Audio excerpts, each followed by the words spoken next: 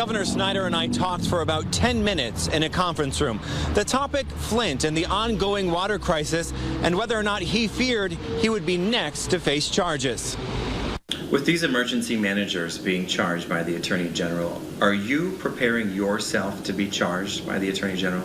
No, again, he's doing his investigation. And I'm joined now by Andrew Keller, who was out here at the water treatment plant with me all morning and this afternoon. Now, we saw dozens of protesters, but we also saw supporters, and you had the chance to talk with them today. Samaya, was there any indication earlier on in the courtroom today that the judge was going to dismiss this case? Police warning people to stay away from Dort Highway in the Sloan Heights area. For those familiar, that's just down the street from the Point.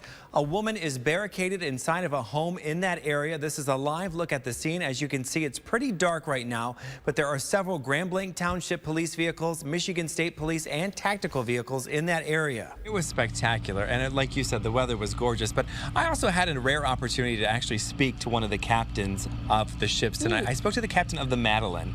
So let me tell you a little bit about the Madeline. It is a 92-foot replica of a mid-19th century Great Lakes schooner.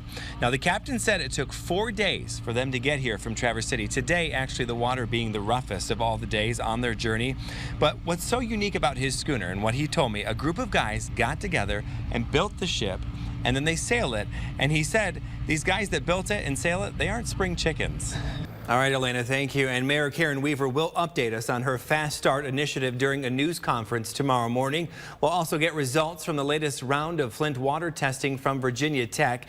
It'll include numbers for Legionella and Shigella bacteria.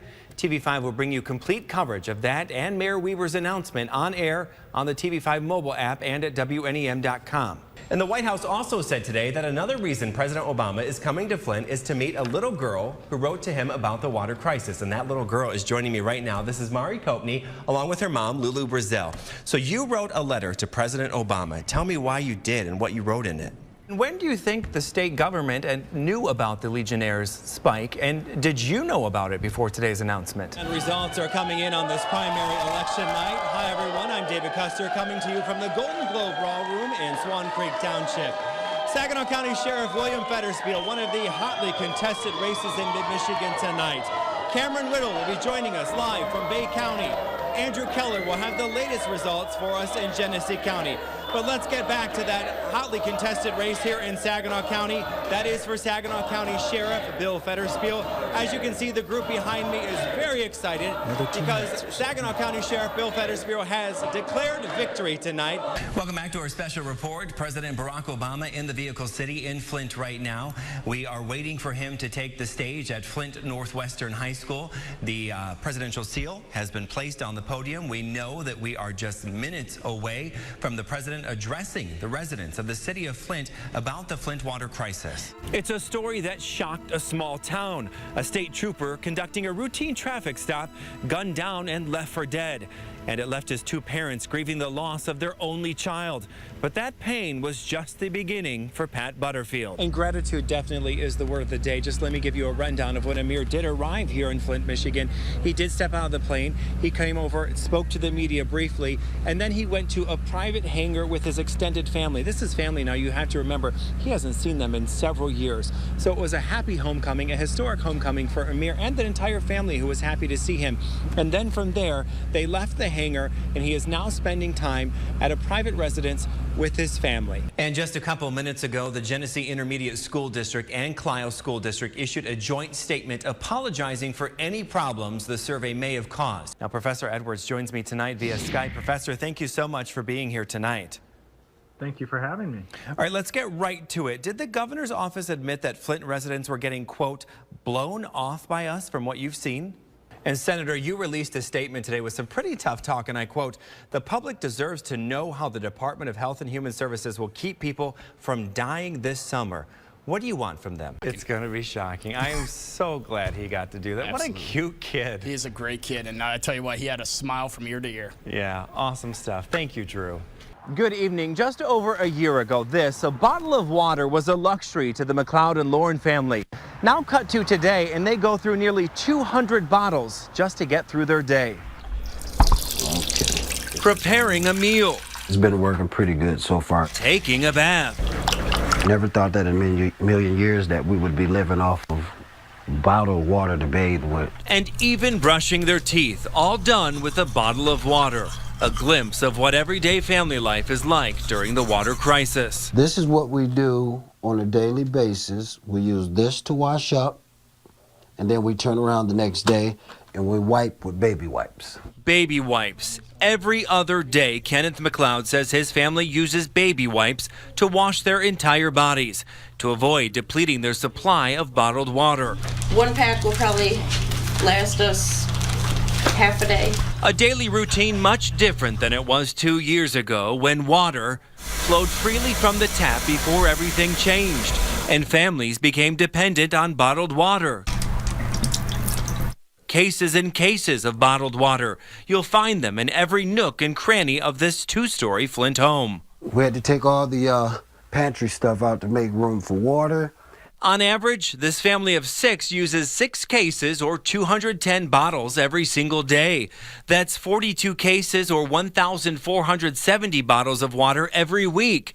In 1 year, that's more than 76,000 bottles of water just for this one home. Sound excessive? Not to this family, scared and for good reason to let any part of their skin come in contact with the water from the tap.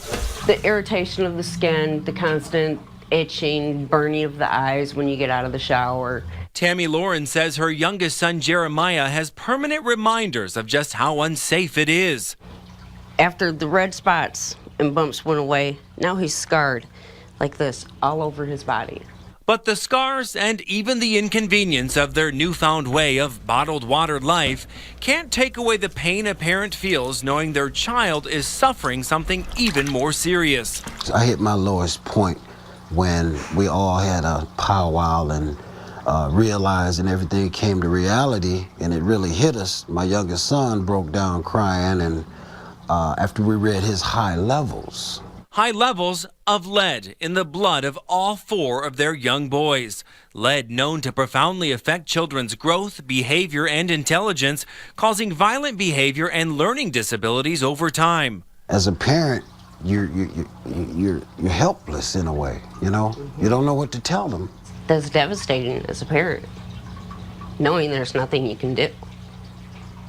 But they know something can be done and say it's time for that something to happen. We've shed so many tears. We're teared out. I'm beyond pissed off. Now fighting together as a family and a community. The neighborhood, when they run low on water, what we do is we usually put some on a dolly and we share what we have. Until every dangerous drop is flushed away and new service lines are put in place, they're staying put, counting down the days and empty bottles until life returns to what it once was before the Flint water crisis. As long as we can keep ourselves healthy until this is over, this is home. This is home. To really understand the magnitude of this, check out this bag. These are crushed water bottles. This is just 1 week for this family. They hope they don't have to keep living like this much longer. In Flint, David Custer, WNEM TV5. Governor Snyder and I talked for about 10 minutes in a conference room. The topic, Flint and the ongoing water crisis, and whether or not he feared he would be next to face charges. With these emergency managers being charged by the Attorney General, are you preparing yourself to be charged by the Attorney General? No, again, he's doing his investigation. Apparently he found issues and concerns that were worth rendering charges. But again, let's let our judicial process work. What about the residents in Flint that say you should be charged in this ongoing water crisis? Well, people have strong feelings on this. My focus is on solving problems in Flint, improving Flint. And we've spent a lot of resources, a lot of focus, but there's more work to be done. If you stop and look at it, the water quality has dramatically improved. We haven't gotten the all clear yet, but we have a major summit coming in January because the 6-month reporting period is wrapping up. In terms of education, there are over 400 kids that now have more opportunities for preschool. In terms of insurance opportunities, we've got 20,000 more people covered with insurance in Flint. That's a big deal, and over 800 jobs have been created. In a community Flint size, 800 jobs is significant. So there are more things, more steps that need to be done, and I'm just going to stay focused on delivering results for the citizens of Flint. They deserve it. They went through a terrible tragedy. Well, here we are almost 3 years later, and the residents in Flint are still drinking bottled water. Are you doing enough? Well, they don't need to drink bottled water. That's been shown by the science. Filters work fine. They work effectively. If someone wants bottled water, they can call 211, and if they have a need, they can get it delivered to them. Your office appealed delivery to residents that could not get out and get bottled water. We appealed the process that the judge was recommending. We've been delivering bottled water since we've declared the emergency in some fashion. So if you call 211, we deliver bottled water every day in the city of Flint. The governor told me that the state is doing its part to fix this water crisis, but things got interesting when I pressured him on whether or not he thinks his emergency managers are guilty of the charges. Watch that tonight at 6. Reporting live in Lansing, David Custer, WNEM TV 5.